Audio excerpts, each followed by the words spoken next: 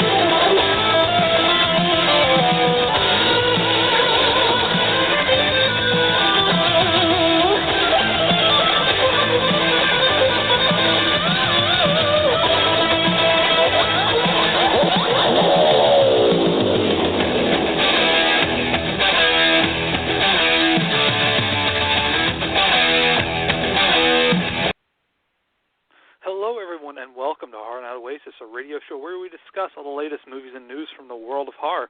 Joining me tonight, as always, is my co-host Ian. Ian, are you there? Not mentally, but yes.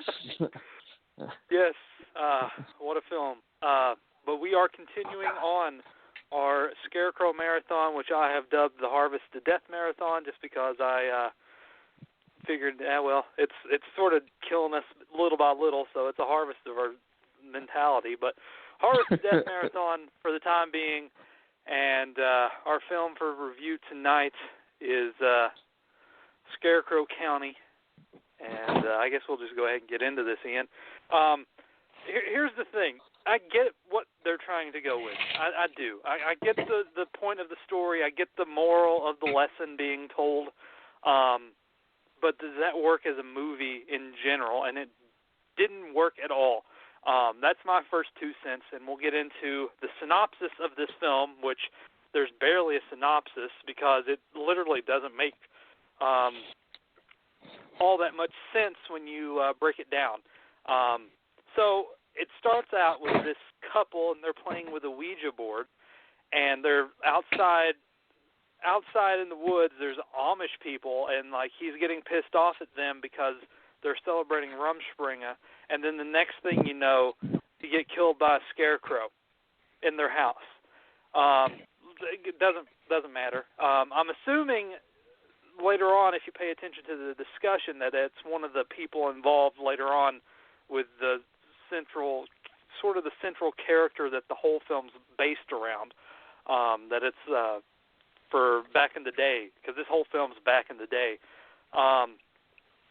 In the glory days of whatever this small rural town in America in Indiana was. It's not no more. So we get introduced to our main character, Winnie, and she is still living in this town in Indiana that is, again, run down, almost, a dead town. And she's running the library, and there's like a handful of people. Her sister, which you don't know at first, is psychic and agoraphobic, where she doesn't want to, and has a bunch of other disorders apparently. And she's a comic artist that is working on reviving an old comic character that was going to get picked up by a distributor in, I guess, some other city. I don't know if it's a big Indiana city or New York or something. It doesn't really matter. And so this person, again, I'm introducing all these characters, and it's not even to the point yet where we have to talk to it. But we'll get into it. But this person, whose mother died recently. She came in from out of town, and she brought all these books that were her brother's because, again, she's selling the estate apparently, and one of the books in the box is a journal that belonged to her brother, and her brother died when he was in high school. I'm assuming it was in high school, and something happened to her brother, and we'll get into the spoilers a little bit later. And so she drops off all the books. The brother was sort of gay, I'm assuming. It's brought up that he's gay. He's a gay kid in high school, and I guess he got picked on because of that. And he, again, quote unquote, committed suicide. Drove his car off a bridge. And she got rid of the books, and Winnie is reading the journal, which she takes it to her dad, who's an old sort of roadie type person, where he's like running this bar, or this, it's a bar, it's like a dive bar, and like he used to play all kinds of old, rock music, all these old bands, and she brings the journal there to him, which in turn he burns, and in the background there's a scarecrow on a post, and then he calls one of the big leagues in the city, who's I forgot, I don't know if he was the mayor, I guess, one of the main guys, and I could have wrote their names down, but honestly there's too many characters involved, and it didn't really matter in the end. So he hey, the diary of, I think it was Joey. The diary of Joey was found, and I just thought you would want to know.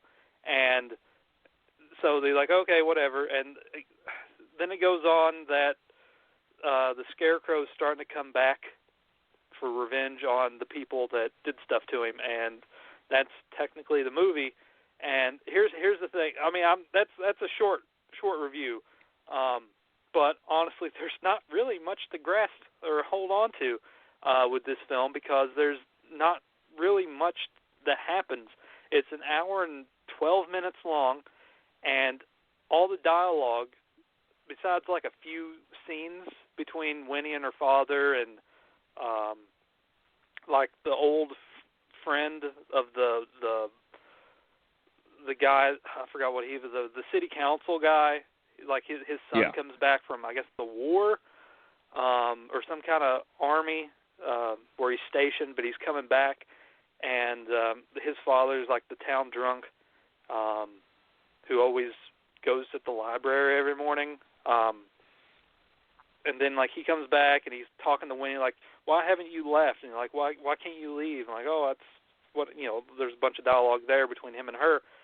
And so, like, again, the gist of this film is, like, every character is talking about the glory days of their time or years prior. All the old guys are talking about, again, like, the father's talking about the glory days of, like, having the rock bands and like, oh, it used to be just rock in our days, and now it's classic rock. And then, like, how they were all so good on the basketball team and sports in general, and all these awards, and how they like passed it. Like when one character he passed the ball and gave it to the other character who got like all the acclaim for the basketball team, and he didn't get anything. And like just all this stuff, like, oh, in our day and this time and age, and then like the city's run down. Like, why aren't you getting out of here? This town's seen better. You can do better if you go to a different city. And like, oh, this is the only town I know. And it's just like that. It's just like, an old person like telling you, again, in the old days and in our time, like we're doing now with like horror. Like in the old days of horror and collecting movies, and it's what we're doing now. Right. And it's just like rekindling old friendships. And but this film is called Scarecrow County. And I mentioned to you, Ian, I think before you even watched the film, that it should be called Telephone County, or just Cell Phone County or Cell County or something like that, because every conversation is on a phone. Where I said, make a tally, and you lost count. And I was going through my head, like, there had to be at least 30 scenes between two people on a phone talking, and it was just constant. Instead of like a establishing shot, it was a shot of two people on a phone talking, and it was constant. And like as soon as one scene, like, okay, they're off done with the, two people off a phone, now we can get something. Then there's another scene with two people on a phone, and it just kept on going. Where it's just like you're like you're like scratching your head, like, oh my God, you know, just like take a drink every time there's two people on a phone. And I get it, you know, people weren't probably in the same room. You know, it was like your scenes are shot on this day, your scenes are shot on that day. I mean, it's a way to, I guess, you know, save money. You know, instead of having two people in the same room at the same time, you know, saves a lot of stuff. Just set a camera up, do it all in one take, and get it over with. You know, it saves time. But that doesn't make good filmmaking. that makes it for sort of a mess of a movie. And while the film's not exactly like a mess, there's just a lot of things that just didn't really add up. Especially once we get into the big reveal and spoilers, and like the reasoning for like some things happening, and like why in general. But Ian, I'll let you talk, and then we'll get into it more.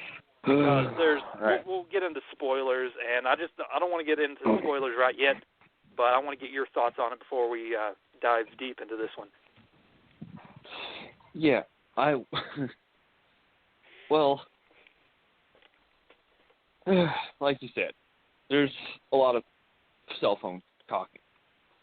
When I lost track, I wasn't even at 30-minute mark when I hit 10.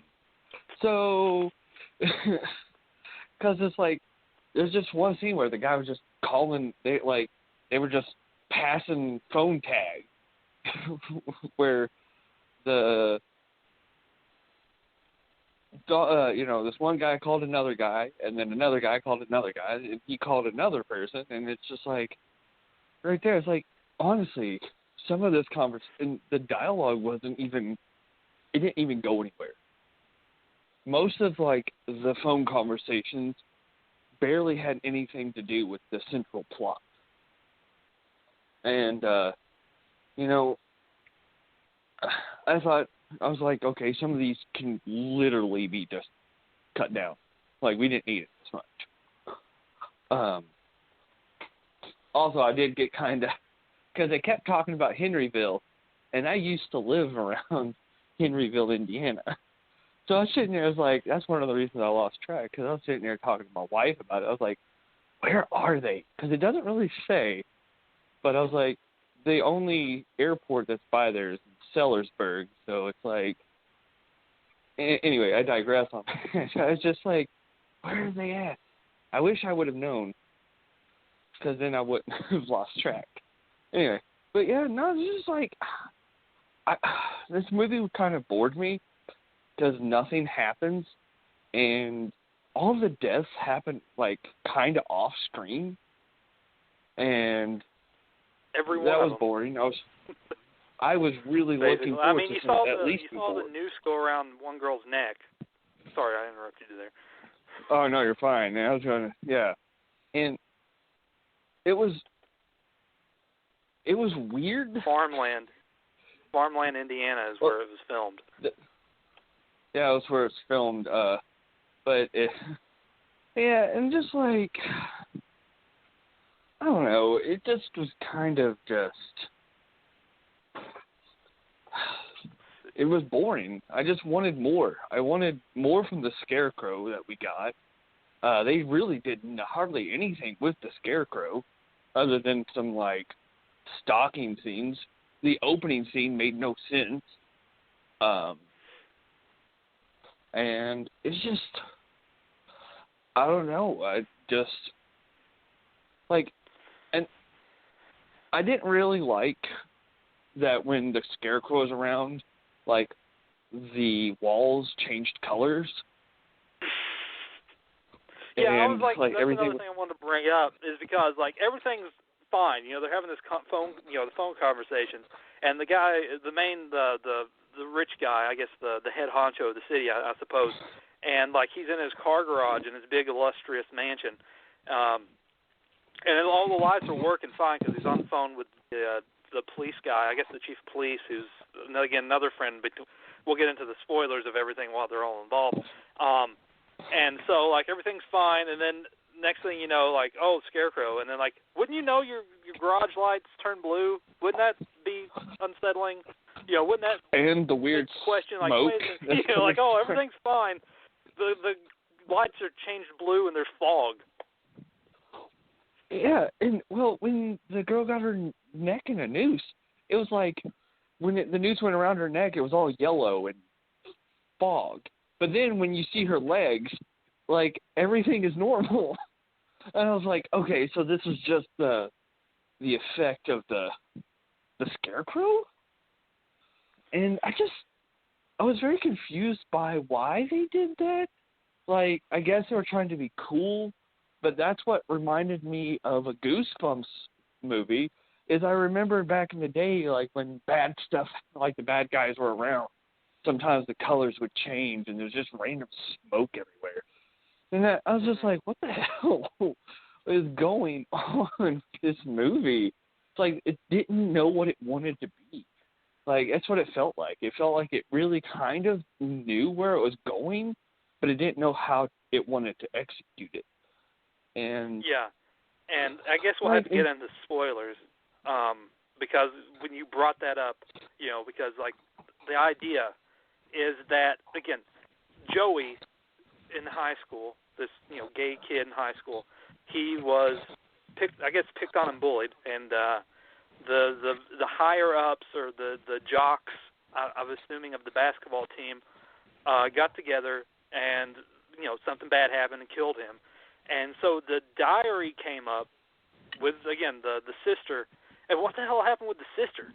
You know, like, so that's, you know, she did, I don't know, because it doesn't make any sense, that part. You know, like, she's just like, Joey, are you there? And it's no explanation if she survived or died or something. But anyway, we'll have to talk about why these people are dying.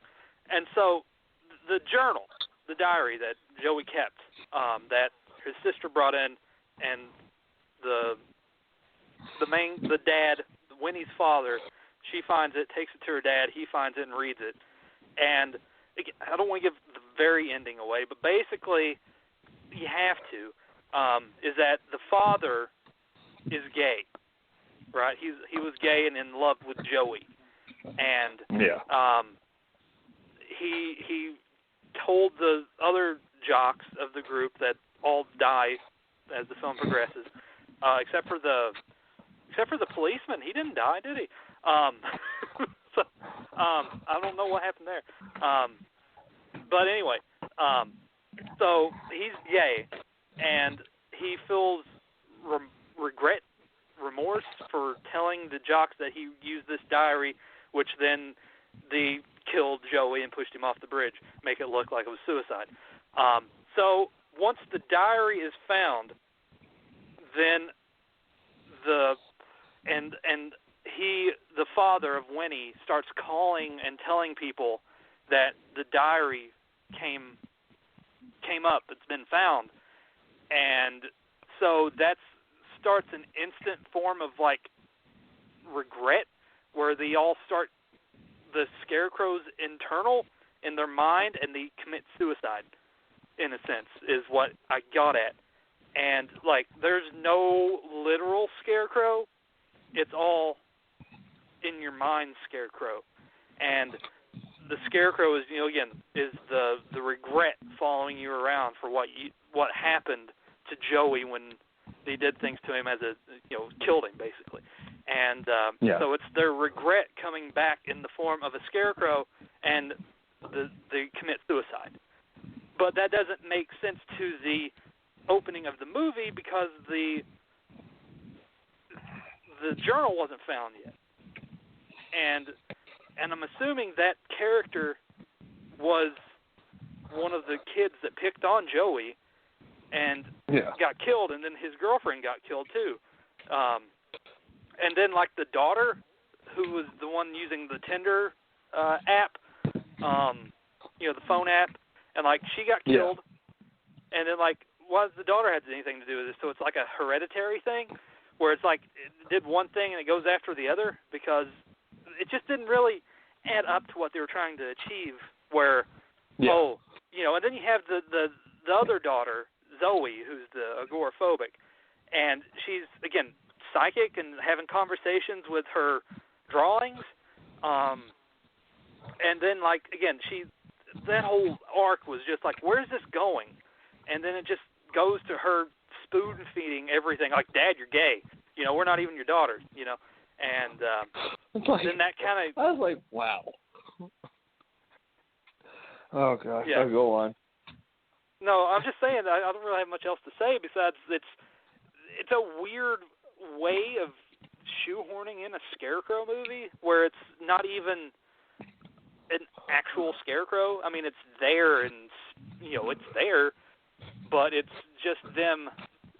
It's a metaphor for regret and being, remorseful for past sins. And, like, I mean, that ending was probably one of the worst endings I've seen in a while. I gotta be honest. I hated it. Like, just the whole, especially like when she was like, Dad, you're gay. She was like, Dad, you have to have sex with women in order to have children. And he was like, oh, you're right. Just had that like look on his face, just like, that's true. It's like, so what you're saying is your mother cheated on your dad, and your dad is okay with it right now. So it's like, okay, whatever. It's suicide. And and then he tries to off himself, and it turns to hay. And it's like, his knife turns to hay. It's like, what the fuck? Yeah, it's like some kind of revelation that made the Scarecrow go away or something. Like, I don't. It's not convoluted. This film is not convoluted, but it's kind of hard to grasp at what they were trying to accomplish, because, as you said, like, there's an idea there, but it's just they didn't know where it wanted to go and what the.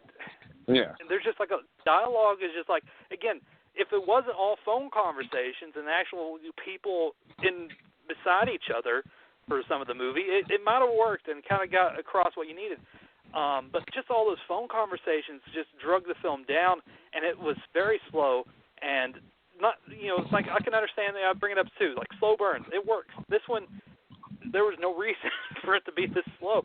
I know it's a darker, quote unquote, darker subject matter.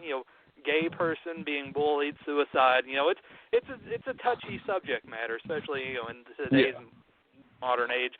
But it's just like, again, like trying to, like, the whole point of like the Scarecrow is like, it's a manifestation of, it's just a manifestation. It's not a real Scarecrow.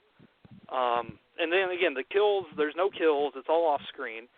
I mean, it's implied what happens. I mean, but then like, again, the whole ancestry thing that they're trying to go up with the whole like, oh, the daughters are dying too, because they're like bringing up, oh, this person's died and that person's died and his daughter's died, and like, so, but how did they know about the diary? I mean, there's no, because again, that opening scene takes place, I'm assuming, before the sister drops off the box of Joey's books with the diary inside of it, and like he doesn't call like the other guy. Because they have that chain of events where it's like phone call after phone call.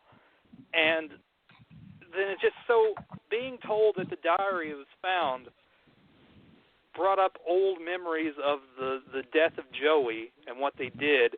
And so that grief that has been on them since his death, weighing on them, is enough to overpower to where they want to commit suicide. But it didn't seem like they were really all that suicidal to begin with, unless like he possessed the Scarecrow or just like possessed them or something. I'm assuming, I don't know. It was very unclear. Yeah. Like, I was just assuming that like you know,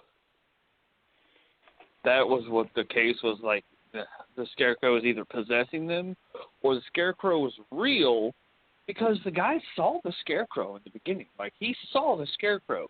He shot at the Scarecrow, and I'm pretty sure that's what killed his girlfriend, was he shot his girlfriend in the head, seeing the Scarecrow. And I don't know, like, maybe, because and I was thinking about that too, and some of the dialogue later kind of hinted that it happened after they found that. So I was like, I don't know. I was very confused by why they, because if that took place after, you know, the diary was found, then why the hell did they use that for the opening? And I was so confused. Like, I tried my hardest to keep up with what was going on, but it was so just confusing. Like, I just tried to make sense of things that I guess there really wasn't much sense to be made.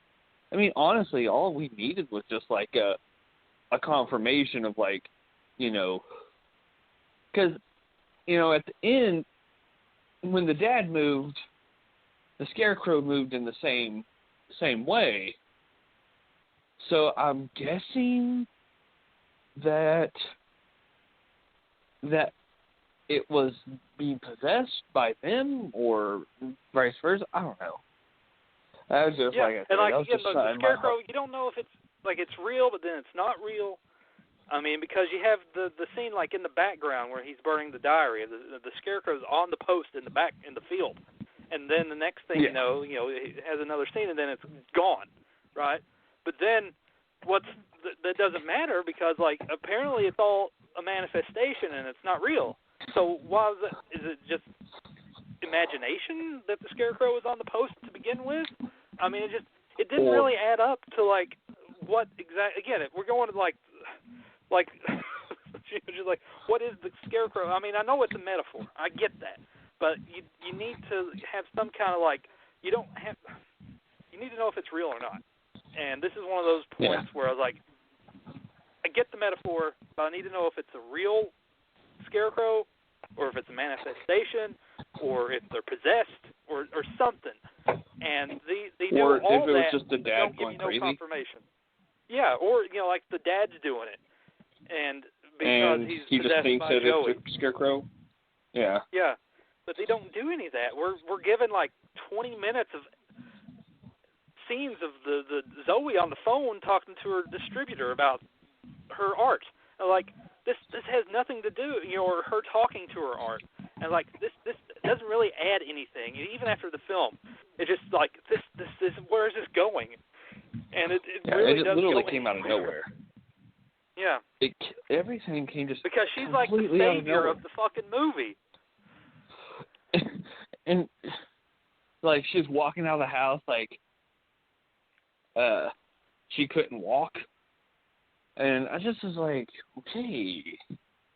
Like, I guess, what the fuck's going on? And then that place, and, like, so quick, too. Apparently, like, they live in the same town. Yeah, it's a small town. Like, I assumed that they lived in, like, states or, you know, a different, you know, area.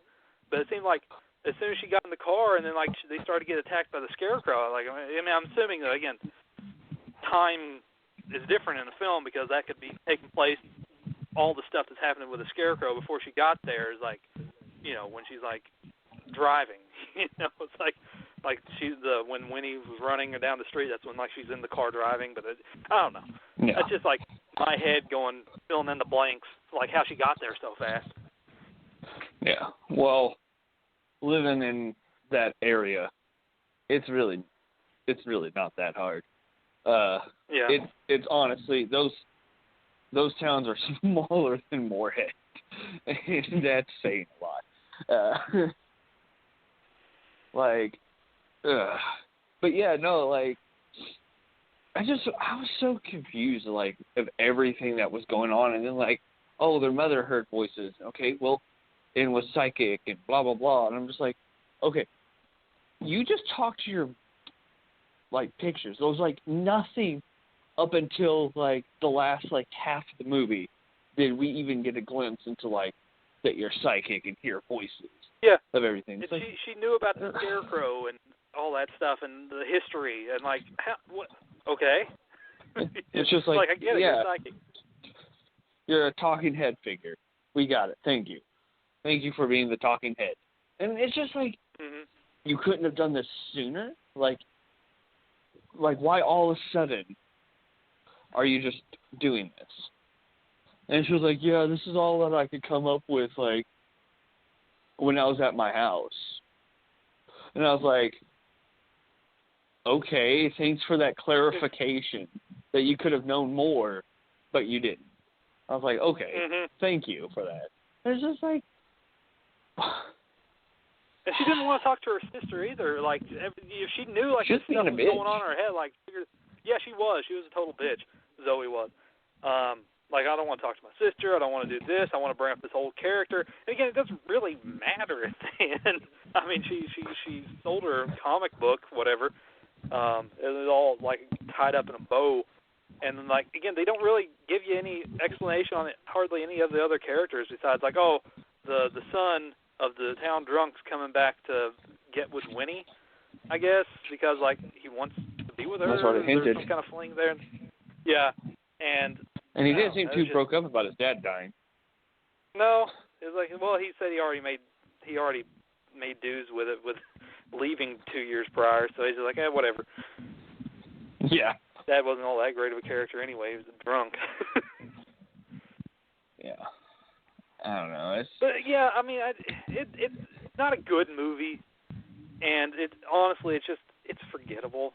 I mean, the only thing I'm going to remember from this film is the phones, because it's just like same. That's you and have that to ending. grasp at something, and the ending of the whole fucking thing. But yeah, I mean, it's not. It really doesn't really constitute as a Scarecrow movie, honestly, because there's really not that much stalking with a Scarecrow. It's just. It's there, but it's like very minimal. This is more of like a drama done in conversation, long drawn out speeches, and about like reliving the past glory days of your youth, and like I guess accepting your past, or it's okay to be gay. One of the sort of things, like you don't need to, bullying, I guess, is a metaphor in there too. So there's it tries to do all these things, but again, the execution was just not.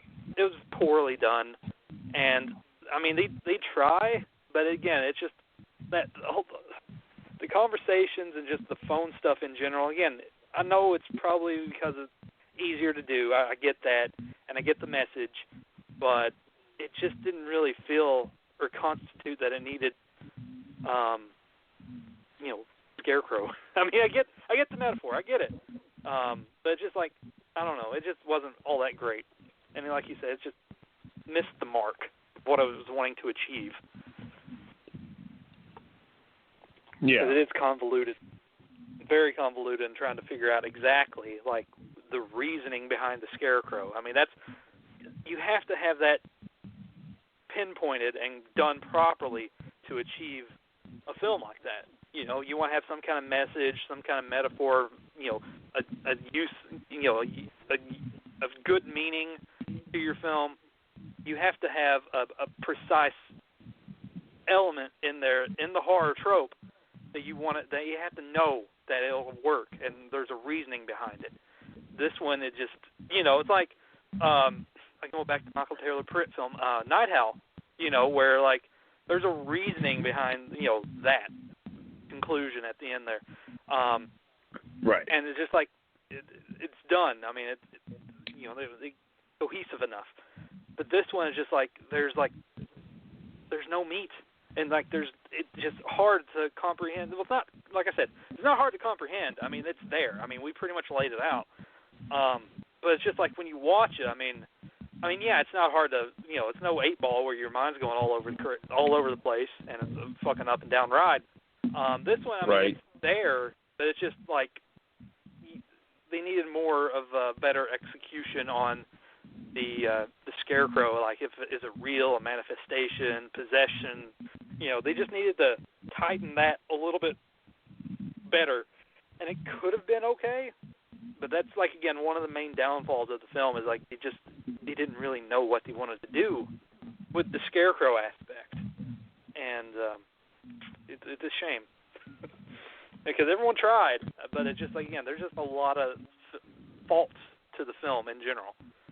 Ian, your final thoughts on the film? I mean, I think we pretty much said everything. I mean, other than like, no. We covered everything, I think. Yeah. I mean, there's really not much else to... anything. Yeah. Yeah, sadly.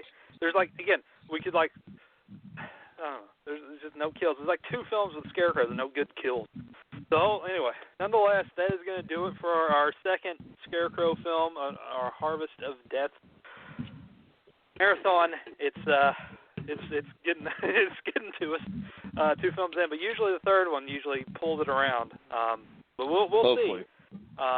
Ian, as always, stay safe out there, and it's always great talking with you. And we will see everyone next time as we continue on our Harvest of Death marathon. So thanks everyone for listening, and we will see you next time. Good night.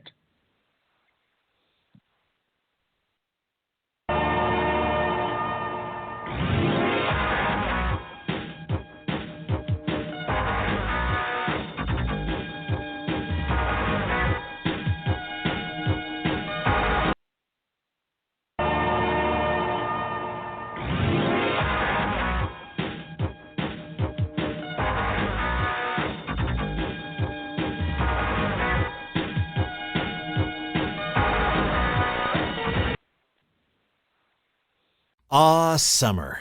'Tis the season of catching fish. Or not. Seeing how much miles you could put on your boots. And starting a campfire like it's no big deal. Because s'mores. Longer days mean sticks to whittle, tents to stake, hooks to unhook, sunsets to toast to. And while Leatherman multi-tools can't help with mosquitoes, yet, they do help you outsmart the outdoors.